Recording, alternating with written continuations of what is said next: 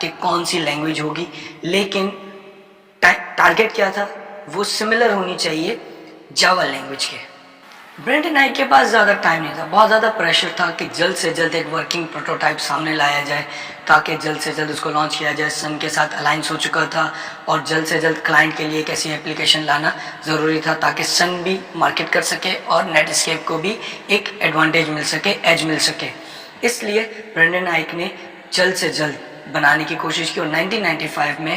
10 دن میں، جو کہ ویب رپورٹ کر رہا ہے اس وقت، کہ 10 دن میں برینڈن آئک نے ایک لینگویج بنا کر اس کا پروٹوٹائپ سامنے رکھ دیا۔ برینڈن آئک کے پاس فریڈم تھی کہ کوئی بھی فیچرز چوز کرے، کسی بھی طریقے کے فیچرز لے، لیکن پرابلم کیا تھی کہ ٹائم نہیں تھا۔ بہت تیزی سے فاسٹ ڈیسیشن لینے تھے کہ کیا چیز رکھنی ہے، کیا چیز انکلوڈ ہونی چاہیے، کیا چیز انکلوڈ نہیں ہونی چاہیے۔ اس کی وجہ سے کچھ آپ جب جاوا اسکرپٹ آج جس شکل میں ہے اور انیشلی جس شکل میں تھی، کیونکہ بہت سارے ڈیسیجن جلدی میں لیے گئے تھے، تو کچھ چیزیں ایسی تھیں جس کو بعد میں یہ بھی سوچا جاتا ہے کہ یہ فیچر صحیح امپلیمنٹ نہیں ہوا یا فیچر صحیح طریقے سے لینگویج میں موجود نہیں تھا۔ یہی وجہ تھی کہ جاوا اسکرپٹ ارلی ڈیز میں اتنی فیوریبل لینگویج بھی نہیں تھی انیشلی، لیکن کیونکہ وہ ویب کی پہلی لینگویج تھی اور اس نے پورے ویب کو ٹیک اوور کر لیا تھا اور وہ ڈیسیجنز بہت جلدی میں اور تیزی سے لیے گئے تھے۔ اس کانٹیکسٹ میں موقع بنی تھی، جو پروگرامنگ لینگویج جو پہلا نام تھا جاوا اسکرپٹ کا،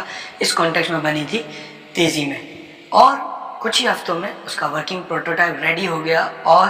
جب اس کو نیٹ اسکیپ نیویگیٹر میں انکلوڈ کیا گیا، کچھ ہی عرصے کے اندر جب اس کو نیٹ اسکیپ نیویگیٹر میں انکلوڈ کر کے پہلے لانچ کرنا تھا، تو اس کا نام چینج کر دیا گیا اور لائیو اسکرپٹ اس کا نام کر دیا گیا۔ لائیو اسکرپٹ موقع سے چینج کر کے اس کا نام لائیو اسکرپٹ کر دیا گیا، اور جب پہلی دفعہ نیٹ اسکیپ نیویگیٹر 2 میں یہ لینگویج لانچ ہوئی تو لائیو اسکرپٹ کے نام سے لانچ ہوئی۔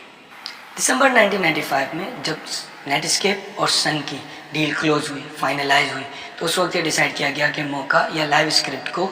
ری نیم کر دیا جائے گا جاوا اسکرپٹ کے نام سے، اور جاوا اسکرپٹ کو کلائنٹ سائڈ کے اسمال ٹاسک کے لیے،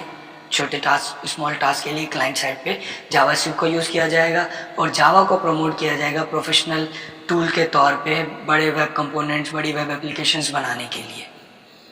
جاوا اسکرپٹ کا نام مارکیٹنگ اسٹریٹجی تھی، کیونکہ جاوا رائز پہ تھی اس وقت، سن مائکرو سسٹم کی اپلیکیشن بہت زیادہ یوٹیلائز ہو رہی تھی، بہت زیادہ اس کی ڈیمانڈ تھی اور ایک نام تھا اس کا، تو اسی نام کا ایڈوانٹیج لینے کے لیے کہ جب براؤزر میں جاوا اسکرپٹ ہوگی تو جاوا کے نام کا ایڈوانٹیج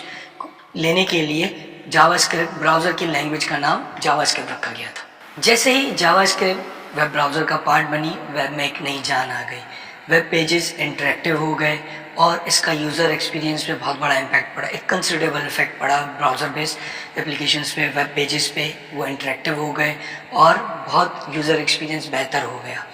اس کا افیکٹ یہ تھا کہ نیٹ اسکیپ کے اندر جو اپلیکیشنز، جو پیجز چل رہے تھے وہ تو انٹریکٹیو تھے، اس لیے جتنے بھی کمپیٹنگ براؤزرز تھے، جو کہ مائکروسافٹ کا انٹرنیٹ ایکسپلورر تھا، موزائک تھا، ان کو بھی کچھ نہ کچھ سلوشن پرووائڈ کرنا تھا، ضروری تھا، تاکہ اگر یوزر انٹرنیٹ ایکسپلورر یا کوئی اور براؤزر یوز کر رہا ہے تو وہاں پہ بھی وہی یوزر ایکسپیرینس مل سکے جو کہ نیٹ اسکیپ میں تھا جاوا اسکرپٹ کی وجہ سے۔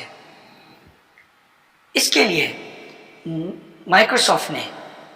جاوا اسکرپٹ کو ری انجینئر کیا اور اپنی ایک اسکرپٹنگ لینگویج بنائی، جے اسکرپٹ، اور 1996 میں انٹرنیٹ ایکسپلورر 3 میں جے اسکرپٹ کو براؤزر کا پارٹ بنایا گیا۔ جے اسکرپٹ جب مائکروسافٹ نے بنائی، جو کہ بیسڈ آن جاوا اسکرپٹ تھی، لیکن وہ کافی زیادہ مختلف تھی جاوا اسکرپٹ کے مقابلے میں۔ اس سے پرابلم کیا ہوئی کہ ہر براؤزر میں ڈفرینٹ پروگرامنگ لینگویج چل رہی ہے جو کہ ایک اسٹینڈرڈ کو فالو نہیں کر رہی، ان کے الگ فیچرز ہیں، لینگویج الگ ہے، طریقہ کار الگ ہے۔ اس سے سب سے بڑا پرابلم کیا ہوا کہ براؤزر ویب میں ایک اسٹینڈرڈائزیشن ختم ہو گئی۔ اگر کوئی چیز نیٹ اسکیپ میں چل رہی ہے، آپ جاوا اسکرپٹ چلا رہے ہیں، انٹرنیٹ ایکسپلورر میں جے اسکرپٹ چل رہی ہے، اور اگر میں نے ایک ویب پیج بنایا جو کہ جاوا اسکرپٹ کے تھرو بنایا تو وہ نیٹ اسکیپ میں تو اچھا چل جائے گا، لیکن انٹرنیٹ ایکسپلورر میں نہیں چلے گا، کیونکہ انٹرنیٹ ایکسپلورر جے اسکرپٹ کو سپورٹ کر رہی تھی۔ تو اب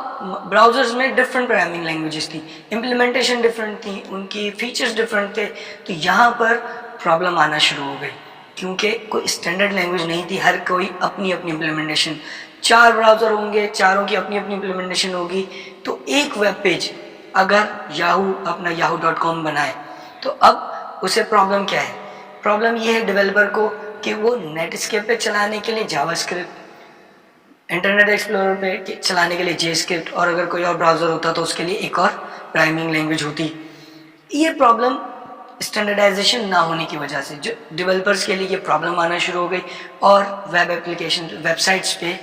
لوگوز ہوتے تھے انفارمیشن کے کہ best run at Netscape, best run at Internet Explorer, یعنی کہ یہ پیج اگر آپ دیکھیں گے تو نیٹ اسکیپ میں اچھا چلے گا کیونکہ اس میں programming language JavaScript use ہو رہی تھی. اور اگر وہ